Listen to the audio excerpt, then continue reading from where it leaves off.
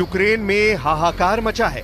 जनवरी 2025 का महीना यूक्रेन के युद्ध के सबसे खतरनाक दिन साबित हो रहे हैं।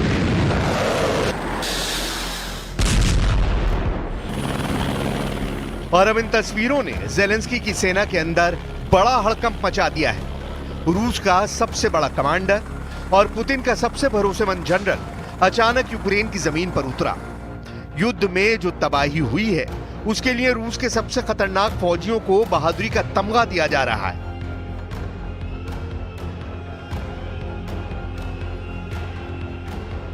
यह है chief of Russian general staff Valery Gerasimov.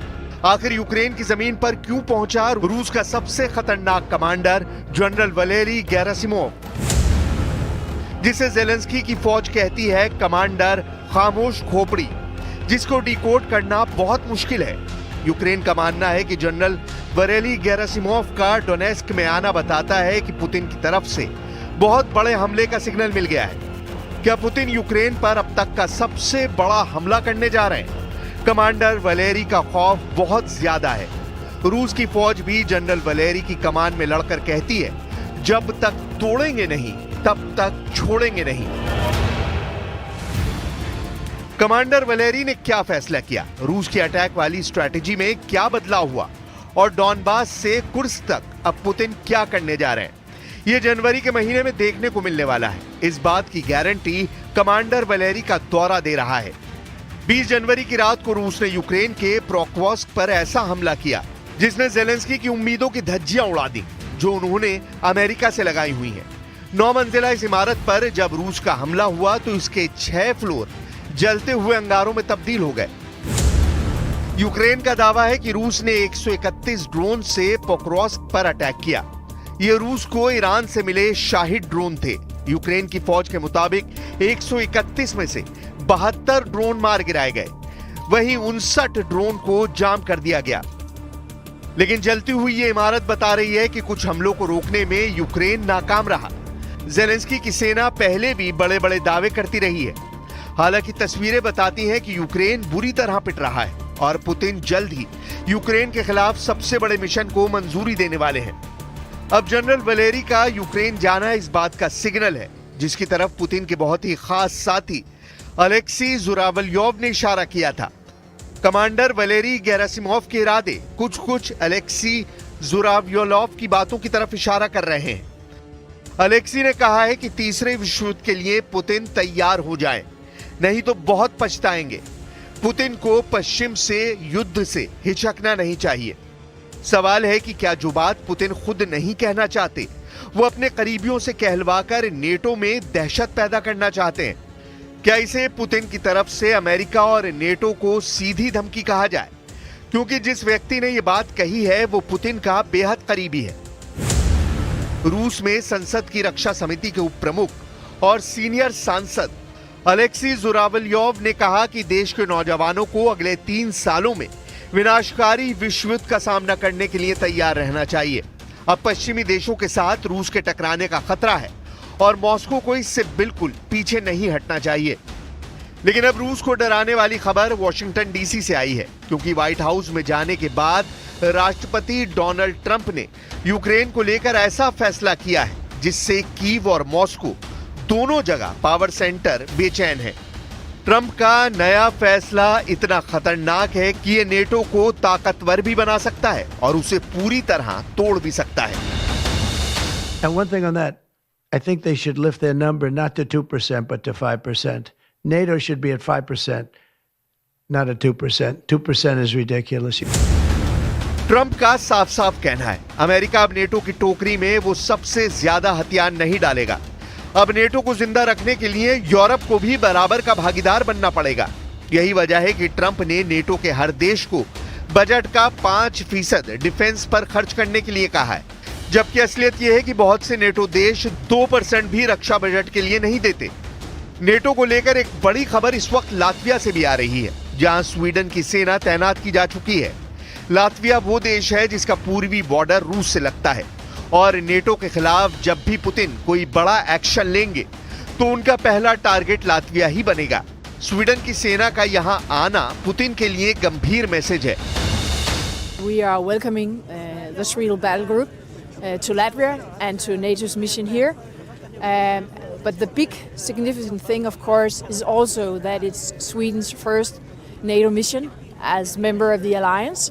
Sweden have participated in NATO missions before, but this is, as I said, the first one as a NATO member. And of course, I think it's significant that they are here, but I think also it's a sign on how Sweden see the security in the area, but also how we stand together in the alliance. Zelensky के लिए बड़ी राहत है, लेकिन Ukraine इतने से खुश नहीं है। व्लादिमीर ज़ेलेंस्की ने नेटो से बहुत बड़ी फौज की डिमांड कर डाली है, जो यूक्रेन में तैनात रहकर रूस के युद्ध पर ब्रेक लगा दे। लेकिन क्या ऐसा मुमकिन है? क्योंकि ज़ेलेंस्की की डिमांड पूरी करना यूरोप क्या अमेरिका के लिए भी आसान नहीं होगा। ज़ेलेंस्की ने रूस को रोकने के लिए 2000 नहीं, 20,000 नहीं, बल्कि 2 लाख फौजियों की मांग कर डाली है। सवाल है कि क्या रूस के खिलाफ यूरोप के सैनिकों की कुर्बानी देना चाहते हैं Zelensky? From all the Europeans, 200,000. It's a minimum. It's a minimum. Otherwise, it's nothing. Otherwise, it's something, like somebody, like we had OSCE, and nobody knew where they can help you. Just they had offices, and that's all. Zelensky इसलिए panic button दबा रहे हैं क्योंकि Putin ने अपने सबसे बड़े commander को यूक्रेन भेजा है। जनरल वैलेरी गेरासिमोव का डोनेस्क दौरा आने वाले दिनों में किसी बड़े हमले का सिग्नल दे रहा है। वैसे यूक्रेन के वॉर जोन से आ रहे वीडियो ज़ेलेंस्की को बहुत परेशान कर रहे हैं। ज़ेलेंस्की ने कह दिया है कि युद्ध के मैदान में हालात बहुत नाजुक हैं। रूस की 15 लाख की सेना के आगे यूक्रेन कमजोर है। उसके पास इसके आधे सैनिक भी नहीं है। वैसे मैन पावर क्या, यूक्रेन के पास तो लड़ने के लिए ढंग के हथियार भी नहीं है, और ये बात यूक्रेन के फौजी खुद बता रहे हैं। 18 років брати їх зразу на штурм – це трохи глупо. Мені кажеться, це має бути, якщо він навіть буде йти, це має бути свобода волевиявлення. Да? Тобто він має, якщо він осознанно хоче, він розуміє, що він зможе, 18 років, то без проблем. लेकिन ज़ेलेंस्की ने बाइडेन के बाद अमेरिका के नए राष्ट्रपति को कश्मकश में डालने वाला नया ट्रम्प कार्ड भी चल दिया है। ज़ेलेंस्की ने कहा है कि ट्रम्प चाहेंगे तो यूक्रेन नेटो में शामिल होगा, वो नहीं चाहेंगे तो नहीं हो पाएगा। Якщо Трамп буде готовий бачити Україну в НАТО, ми будемо в НАТО. Всі будуть за. І якщо президент Трамп не буде готовий бачити нас в НАТО, ми не будемо в НАТО. लेकिन ट्रम्प के आने के बाद पूरा यूरोप घबराया हुआ है। घबराहट इस बात की है कि अगर यूक्रेन और बाकी मोर्चों से अमेरिका पीछे हट गया तो यूरोप का क्या होगा? क्या पुतिन की फौज यूरोप को कच्चा खा जाएगी? ऐसी दहशत इस वक्त यूरोप की बड़ी बड़ी कैपिटल सिटी में हर पावर सेंटर में फैली हुई है। 20 जनवरी को डोनाल्ड ट्रंप की शपथ और फिर बाइडेन के फैसलों को रद्द करने वाला ऑर्डर, दुनिया में ये 2 बड़ी ऐसी घटनाएं हुई हैं जिनसे युद्ध रुकने की बजाय बढ़ सकता है। इस बात से फ्रांस बहुत परेशान है। अब जर्मनी ने भी प्लान बी पर काम शुरू कर दिया है। राजधानी बर्लिन में आम लोगों को युद्ध लड़ने के लिए तैयार किया जा रहा है। इसमें महिलाएं भी शामिल हैं। जिन लोगों को ट्रेनिंग दी जा रही है उनमें से कुछ की उम्र 58 साल तक है। सबको 7 दिन का युद्ध वाला कोर्स कराया जा रहा है। हथियार चलाने सिखाए जा रहे हैं। यानी अमेरिका में डोनाल्ड ट्रंप की वापसी और युद्ध को लेकर ट्रंप की मनमर्जी से यूरोप बौखला गया है। Aber Frieden, Freiheit, Sicherheit, das sind Werte, die einfach nicht selbstverständlich sind. Und man kann nie davon ausgehen, dass wir eben in diesen Zuständen, in denen wir jetzt leben, weiter auch unseren Alltag begehen können. Von daher denke ich, es ist gut, wenn man vorbereitet ist, dass man entsprechend auch agieren kann. रूस को टक्कर देने वाले Europe में एक बड़ा नाम काया कैलस का है। ये महिला एस्टोनिया की प्रधानमंत्री रही हैं और अब ये यूरोपीय संघ की विदेश नीति बना रही हैं। यूक्रेन में युद्ध की शुरुआत से ही काया कैलस पुतिन की सबसे बड़ी विरोधी मानी जाती रही हैं। जब किसी भी लीडर की हिम्मत नहीं हुई कि वो पुतिन के सामने उनकी आंखों में आग डालकर रूस को ललकारे, रूस के सामने खड़ा होकर बोले, तब काया कैलस ने पूरे यूरोप में सुर्खियां बटोरी हैं। काया कैलस कह रही हैं कि रक्षा बजट पर ट्रंप का तर्क सही है। सबको रक्षा बजट 5% तक बढ़ा देना चाहिए। Europe's failure to invest in military capabilities also sends a dangerous signal to the aggressor. Weakness invites them in. President Trump is right to say that we don't spend enough. It's time to invest.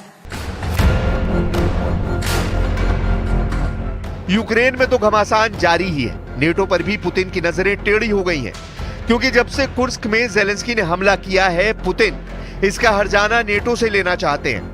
फिलहाल रूस के Kursk इलाके को वापस लेने के लिए Putin ने उत्तर कोरिया की फोर्स उतारी हुई है और अब ओरेशनिक अटैक वाली रणनीति ने जेलेंस्की को परेशान कर दिया है। इस वक्त जेलेंस्की के डर और पुतिन के दावों को देखकर यूरोप भी कांप रहा है, क्योंकि रूस की नई ओरेशनिक मिसाइल ने सारे समीकरण बदल दिए हैं। अब पूरा यूरोप पुतिन के ऐसे दायरे में आ गया है जिसमें सिर्फ 20 मिनट के अंदर पूरे यूरोप को जलाने का ऑर्डर जारी किया जा सकता है।